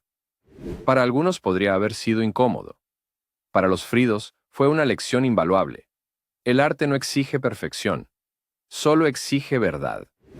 Frida les enseñó que un artista no necesita un cuerpo intacto, necesita un espíritu indomable, pero la obra y los alumnos la mantenían viva. En esta época, Frida pintó obras profundamente emocionales y simbólicas, mientras sus estudiantes la acompañaban entre pinceles, música mexicana, flores frescas y conversaciones interminables. Era una mujer que sufría todos los días, pero también era una mujer que vibraba todos los días. La enseñanza le dio propósito, compañía, continuidad, legado, sentido. Fue quizá una de las pocas experiencias de su vida en las que se sintió plenamente correspondida. Los Fridos la amaban, la admiraban, la respetaban, la cuidaban. Y ella, aunque no lo dijera abiertamente, necesitaba de ese amor juvenil para sostenerse cuando el cuerpo se rendía. La ironía final es que Frida Kahlo nunca se consideró maestra en sentido formal. No buscaba seguidores. No quería copiarse en nadie. Pero dejó discípulos, dejó escuela, dejó ideología visual, dejó un método emocional basado en la autenticidad radical. Su forma de enseñar no solo transformó a los Fridos, transformó la manera en que generaciones posteriores entendieron el arte mexicano. Ella enseñó que lo personal es político, lo íntimo es universal, la herida puede ser estética, la identidad es un arma creativa, el cuerpo es un lienzo, la verdad importa más que la técnica. Esa fue su cátedra, esa fue su escuela, ese fue su legado pedagógico. A comienzos de la década de 1950, Frida ya no caminaba sin ayuda. Su columna estaba tan deteriorada que el simple hecho de estar de pie podía provocar espasmos insoportables. Las infecciones renales se repetían. Los nervios comprimidos le robaban la movilidad. El agotamiento era constante, pero nada revela tanto la gravedad de su estado como lo que ocurrió ese año. Tuvo que ser hospitalizada durante 9 meses consecutivos. 9 meses de yeso, corsés, transfusiones, fiebres, intervenciones, aislamiento, lágrimas silenciosas, esperanza intermitente. Para muchos habría sido el final. Para Frida fue otra metamorfosis. En el hospital, Frida ordenó que instalaran un caballete especial adaptado a su cama, así como un espejo sobre el techo, y volvió a pintar. Volvió a construir mundos desde su inmovilidad. Volvió a imaginar colores en medio del gris del hospital. Volvió a narrar su dolor con la misma ferocidad con la que otros narran la alegría. Pintar no la curaba, pero la mantenía existencia, porque para Frida, dejar de pintar era dejar de vivir. En 1953, los médicos descubrieron que una infección en su pierna derecha, la misma pierna dañada desde su adolescencia, estaba avanzando de manera peligrosa. Intentaron salvarla. Fueron semanas de antibióticos, drenajes, intervenciones. Pero era imposible. La infección podía matarla. La decisión fue inevitable: amputarle la pierna derecha por debajo de la rodilla. La noticia la devastó, no tanto por vanidad, sino porque la amputación simbolizaba para ella la derrota final de su cuerpo. Escribió en su diario: pies, ¿para qué los quiero si tengo alas para volar? Una frase célebre, hermosa, inspiradora, pero detrás de ella había un océano de angustia. Frida lloró la pérdida de su pierna, como quien llora la pérdida de un ser amado, pero nada revela tanto la gravedad de su estado como lo que ocurrió ese año. Tuvo que ser hospitalizada durante 9 meses consecutivos. 9 meses de yeso, corsés, transfusiones, fiebres, intervenciones, aislamiento, lágrimas silenciosas, esperanza intermitente. Para muchos habría sido el final. Para Frida fue otra metamorfosis. En el hospital, Frida ordenó que instalaran un caballete especial adaptado a su cama, así como un espejo sobre el techo, y volvió a pintar. Volvió a construir mundos desde su inmovilidad.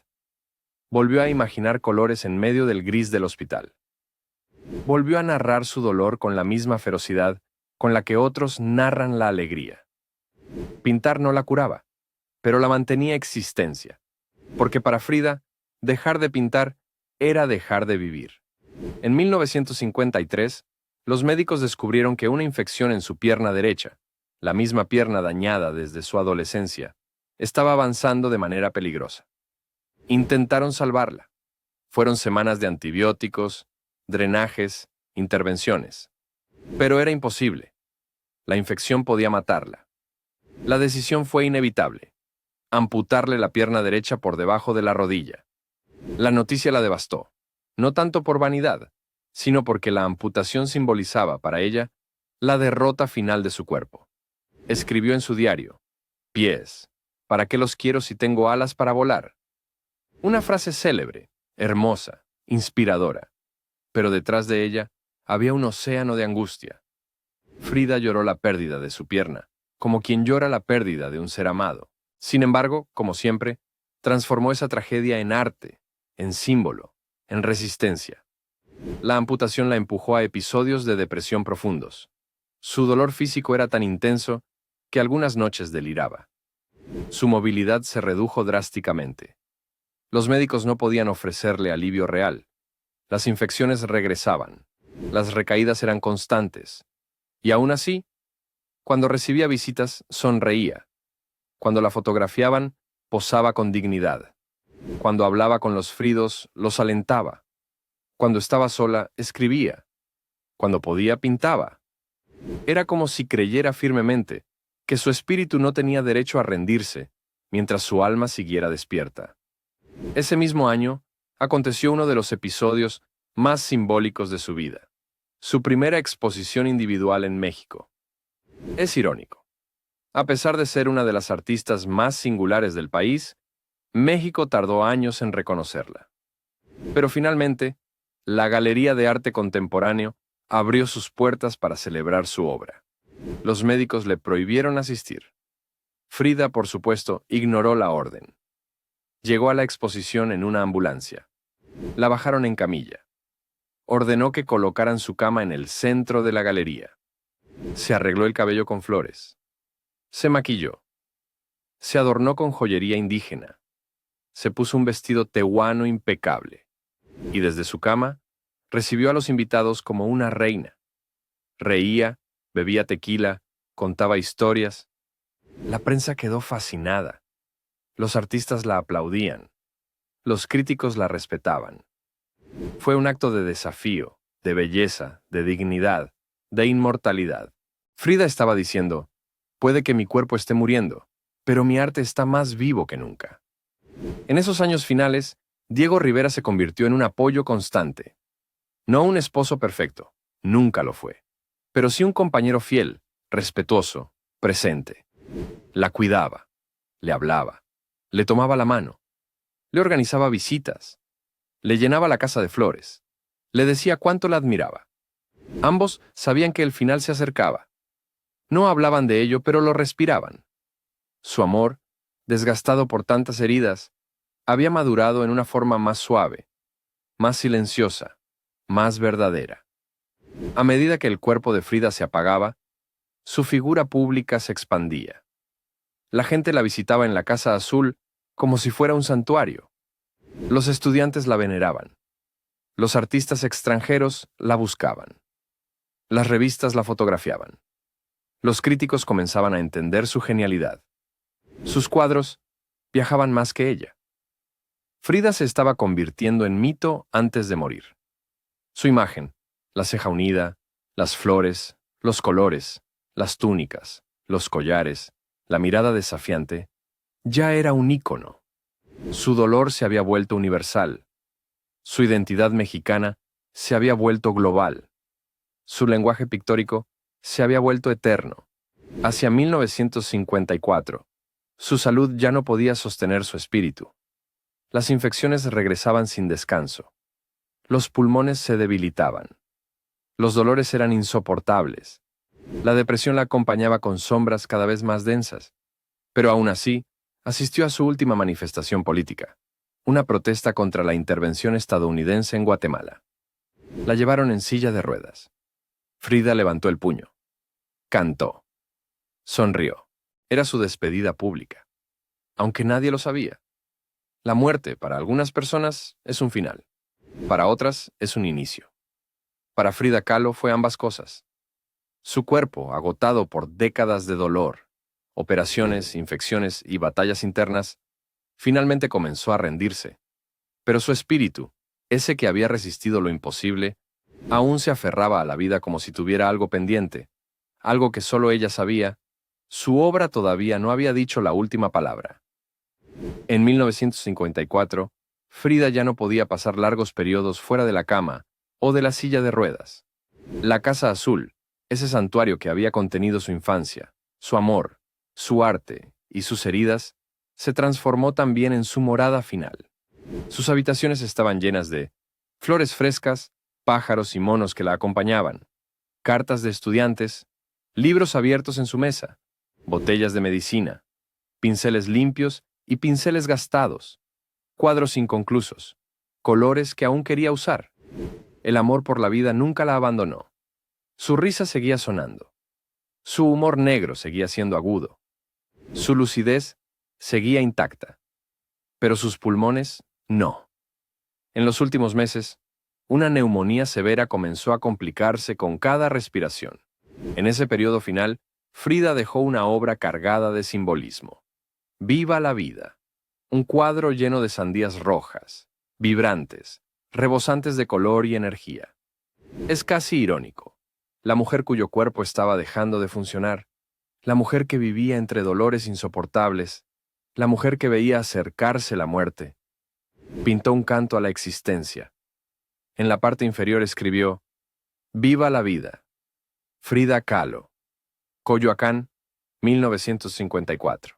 Una declaración simple. Una despedida luminosa. Un mensaje que hoy, en retrospectiva, parece un testamento. En la madrugada del 13 de julio de 1954, Frida Kahlo murió en la Casa Azul. Tenía 47 años. El parte médico oficial habló de una embolia pulmonar. Algunos cercanos sospecharon que pudo haber sido una sobredosis voluntaria de medicamentos para aliviar el dolor. Las teorías nunca se confirmaron. Lo cierto es que Frida murió como vivió, rodeada de colores, de objetos mexicanos, de silencio profundo, de símbolos, y con Diego Rivera cerca. Diego lloró como pocas veces lo había hecho. Escribió después: el día de su muerte fue el día más terrible de mi vida. Ya no podía vivir sin ella. Lo dijo tarde, sí, pero sinceramente. Frida Kahlo fue velada en el Palacio de Bellas Artes, un honor reservado solo para las grandes figuras de México. Miles de personas asistieron: artistas, estudiantes, políticos, trabajadores, vecinos de Coyoacán, curiosos, amigos, desconocidos que la amaban sin haberla visto jamás. El féretro estaba cubierto con la bandera del Partido Comunista Mexicano, organización a la que Frida había permanecido fiel hasta el final. Antes de que cerraran el ataúd, ocurrió un gesto legendario. Al encenderse las llamas del crematorio, su cuerpo se arqueó ligeramente y por un instante parecía sonreír. Hay quienes dicen que fue una ilusión, otros dicen que fue su espíritu, pero quienes la conocían aseguraban que a Frida le habría encantado que ese momento se volviera historia. Muerta, Frida Kahlo comenzó a crecer con una fuerza que jamás tuvo en vida. En los siguientes años, su obra comenzó a viajar por el mundo. Los críticos la revisitaron. Los movimientos feministas la convirtieron en emblema. Los estudiosos del arte la reivindicaron. Su estética se volvió icónica. Su figura se transformó en símbolo internacional. Frida pasó de ser una artista marginal en los años 40 a convertirse en un referente universal. Su vida, marcada por la tragedia, sería reinterpretada como ejemplo de resistencia. Su cuerpo, marcado por cicatrices, como metáfora del espíritu humano. Su obra, marcada por la verdad, como testimonio emocional del siglo XX. En 1958, apenas 4 años después de su muerte, la Casa Azul abrió sus puertas como museo. Desde entonces, se convirtió en uno de los espacios más visitados de México y en un lugar de peregrinación artística global. Entre sus paredes aún se siente el eco de su risa, la vibración de sus colores, el espíritu de su mexicanidad, el silencio donde pintó su dolor, el olor de las flores que siempre la rodearon. Allí están sus corsés, sus vestidos, su cama, su muleta, sus pinceles, sus objetos cotidianos, sus cartas y sus fotografías. Allí está la vida que la sostuvo. Allí está la historia que la inmortalizó. Hay vidas que se recuerdan. Hay vidas que inspiran. Y hay vidas, muy pocas, que se vuelven un espejo donde generaciones enteras se miran para descubrirse. La vida de Frida Kahlo no fue una sucesión de triunfos, sino de batallas. No fue una historia de privilegios, sino de resistencia. No fue un cuento de hadas, sino una epopeya íntima, feroz y luminosa, que trascendió el tiempo y las fronteras. Frida no conquistó el mundo con fuerza física, ni con discursos, ni con grandes campañas políticas. Lo hizo con algo infinitamente más poderoso: la verdad de su dolor. Frida Kahlo nunca pretendió ser perfecta. Nunca fingió ser fuerte cuando no lo era. Nunca ocultó sus cicatrices. Nunca maquilló su sufrimiento. Lo expuso. Lo convirtió en arte. Lo hizo símbolo. En un mundo que insistía en ocultar la fragilidad, Frida la exhibió con orgullo. En una época en que el dolor se silenciaba, Frida lo gritó. En un tiempo donde las mujeres eran calladas, ella se autorretrató mirando de frente, sin pedir perdón por existir. Su autenticidad radical fue su revolución más profunda. Su arte no es decorativo, no es complaciente, no es amable, es honesto, es brutal, es íntimo, es profundamente humano. Sus cuadros no buscan belleza ideal, buscan verdad emocional. Son diarios pintados, confesiones en óleo, autopsias del alma. Cada pincelada es una herida. Cada color es un grito. Cada composición es un acto de supervivencia. Por eso su arte trasciende, porque no pertenece a una escuela, ni a una moda, ni a una época. Pertenece a la experiencia universal del dolor y de la resistencia. Frida no representó a México. Fue México. Fue su mestizaje, su sincretismo, sus colores, su espiritualidad, su dolor, su fuego, su identidad compleja y fascinante. Encarnó al México indígena, al México post-revolucionario, al México popular, al México de flores y sangre, al México que continúa buscando su rostro en el espejo de la historia. Y el mundo entero vio en ella no un exotismo, sino una fuerza cultural inapagable. En tiempos modernos, Frida se convirtió en símbolo de libertad femenina, diversidad, identidad cultural, expresión del dolor, resiliencia, autenticidad, rebeldía creativa. Su figura trasciende el arte. Es una bandera, un manifiesto, un arquetipo. Millones de personas, en distintos rincones del mundo, ven en ella la prueba de que se puede vivir con dolor, se puede crear desde la herida, se puede ser diferente, se puede amar sin medidas, se puede romper y volver a armarse, se puede existir sin pedir autorización al mundo. Frida no enseñó a ser fuerte, enseñó algo más valioso, a ser verdadera. Hoy, Frida Kahlo es pósters en dormitorios, murales en escuelas, portadas de libros, inspiración para diseñadores, ícono del feminismo, modelo para artistas, figura de estudios académicos, símbolo de lucha interior. Pero antes de todo eso, fue una niña curiosa, una joven enamorada, una mujer que sufría, un cuerpo que dolía, una artista que buscaba sentido, una persona profundamente humana. Ese es el milagro de Frida Kahlo. Convirtió su tragedia en lenguaje, convirtió su dolor en estética, convirtió su vida en legado, convirtió su muerte en eternidad. Porque al final, Frida Kahlo no es la historia de una mujer que sufrió, sino la historia de una mujer que decidió crear a pesar de haber sufrido. No es la historia de una víctima, sino la historia de una creadora. No es la historia de un final, sino la historia de un principio, en su obra, en la Casa Azul, en los corazones que encuentran fuerza en su fragilidad, en quienes se atreven a mirarse sin miedo, en quienes descubren que el arte es también un modo de sanar. Frida no murió a los 47 años, solo dejó el cuerpo. El resto, su espíritu, su fuego, su voz, su identidad, pertenece ahora al mundo. Y mientras haya personas que busquen belleza en medio del dolor, mientras haya artistas que conviertan su herida en pincel, mientras haya mujeres que se abracen tal como son, mientras haya un corazón que necesite recordar que la vida vale la pena, Frida Kahlo seguirá viva.